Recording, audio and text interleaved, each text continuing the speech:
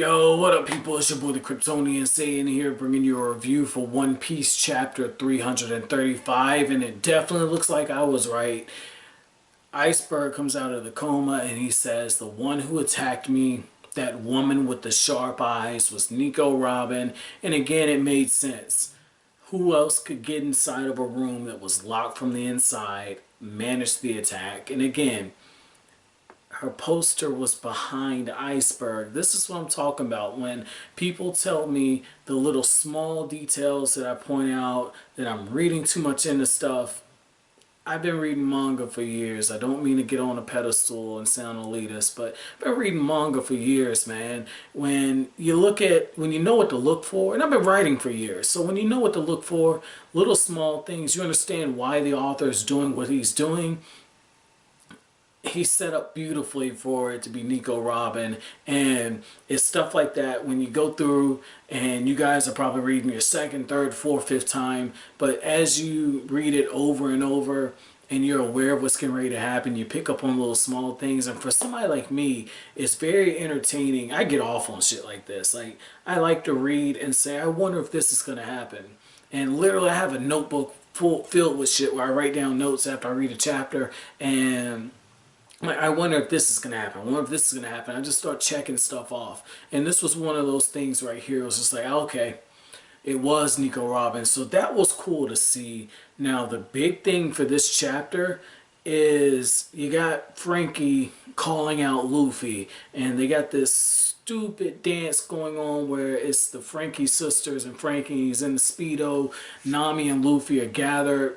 And they're at the hospital. They're trying to get like the information, and sure enough, that's when we find out that Franky has finally hunted down Luffy, and he says there should be someone among your people named Straw Hat Luffy. And Luffy, after everyone starts running away, he says, "Hey, you Speedo guy, I'm Luffy." I like how Luffy just cuts right to it, and I feel like right now we're gonna see Luffy blowing off some steam. Franky picked the wrong time to mess with Luffy, because literally Luffy just cut off Usopp. He's got a crew member missing. There's a bunch of chaos. It really feels like Luffy's about to let off some steam, and I'd be very curious to see how Luffy goes about fighting, because I don't think this is going to be one of those times where Luffy is just like, oh wow, you can do this and you can do this. No, I think this is going to be one of those moments where Luffy comes out in a very rare opportunity. Luffy comes out very close to full speed. I don't think he's going to warm himself up and deflect and kind of analyze and all that other stuff. I don't think he's going to do the Goku thing where Luffy, he has a lot of Goku-like characteristics, and he doesn't really start off a battle at full strength. He kind of lets it drag out a little bit. I don't think this is going to be a case. I think Luffy's going to be very serious from the start. And I love the fact that it's Franky, and you got the two heads, and Franky is the one who beat up Usopp and is really an underlying source of tension between the two. Because think of how Usopp's going to feel when this happens. Franky's lackeys, as he calls them, beat up Usopp. Luffy just beat Usopp. And now Luffy is going to be the one who defeats Franky, the guy that turned his back on Usopp. That's beautiful. It's little small things that Oda does like this, where you see how it's connecting. You're going, Oda is a fucking mastermind. Like, this was very beautiful. I know some people might look at this and say I'm reading too much into that. Nah, this was beautiful. And then the other thing that I loved about this chapter is how, when you look at the news about the high tide and how all work is ceasing, it answers a question I had when we first got introduced to the city. I was like, well, this is cool, but with the wacky weather of the Grand Line, how does this work? If they get in a hurricane or whatever, like, everything's shut down. And apparently this happens on a yearly basis, so they are able to predict it. But on a yearly basis, the tide comes in and everything gets submerged on the water. And so now Oda has gradually raised the stakes. I don't know if maybe this was what was kind of building up towards, where I kept telling you guys a few chapters ago, I felt like, we're in the eye of the storm right now, and The only thing about the storms, now we got the first part coming in, and it's a very good analogy because I said I had the storm, now we have the high tide coming in. So now you're gonna have like this first part of that back end coming where Luffy and Franky might be fighting, and it'd be ironic if both of them have devil fruit powers because water, if they get stuck in it, they could end up drowning. So this was a very good setup, but anyway, Oda has raised the stakes because we're at a point now where literally Luffy could be fighting in a very perilous situation, and there's a time for when the tide's coming in. So it's almost like a countdown. So now we have the ticking clock coming in. We have the mystery of why Robin's with this masked person, who it is. You've got Usopp. Is Usopp going to be coming back to the crew? There's so many subplots, and I'm going to make a comparison, and please try to keep the Flame Wars to a minimum.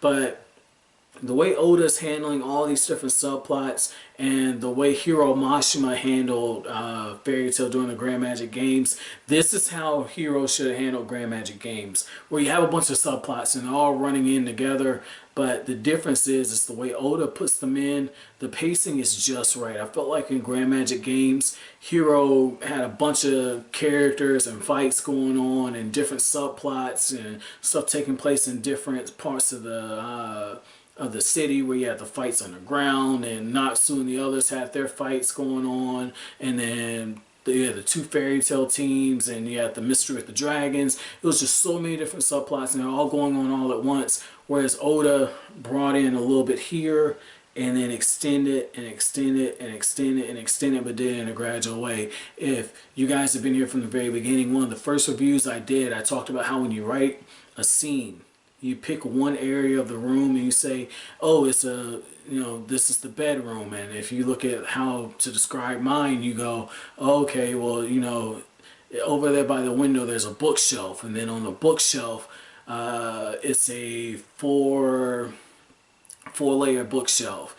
Action figures, or these would be collectibles, so collectible statues on one, academic certificates on the other, there's manga volumes here, it's all the same series. Like, you just take a little bit and you just gradually expound out your descriptions, gradually put it in. And I feel like that's how Oda orchestrated this arc, where it's a little bit at a time, whereas Hiro Mashima kind of had everything like, bam, here's a little conflict, and here's a little conflict, and here's some conflict, just little shit like that. Like, Hero's fast paced, and this is where I really feel like, hey, you should take a page out of that. So again, I'm not necessarily comparing and looking for, troll bait or anything. I'm just saying, like, because I reviewed both of these from the very beginning and I'm caught up on Fairy Tail, I thought I could make that connection. So I like how that was executed.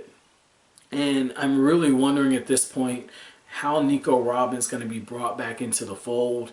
And also I'm wondering how Usopp's going to be brought in. I feel like Usopp, if he's going to make a re-entrance, it's got to be either during the tide, maybe riding on the merry-go, and maybe the merry-go ends up breaking down at this point.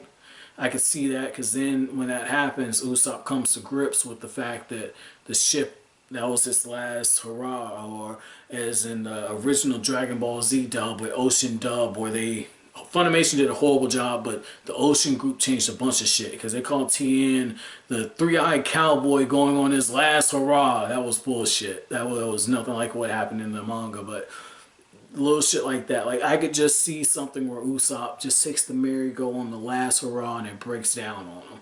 And that's how he comes to grips with it. So maybe Usopp comes in after that. But I don't know where Nico Robin is coming, because we don't have enough information. So overall, very good chapter. Let me know what you guys thought down in the comment section below. My chapter question is going to be, what was your favorite part of the chapter? I know you guys like, wait a second, saying that's not a really complex question. I mean, I throw these out from time to time. This is just a layup, just get some conversation going. But as always, guys, if you like anything I had to say, hit that like button, as it really helps out the channel. Don't forget to subscribe if you're new. Don't forget to share. As always, I will greatly appreciate all of it, guys. Thank you for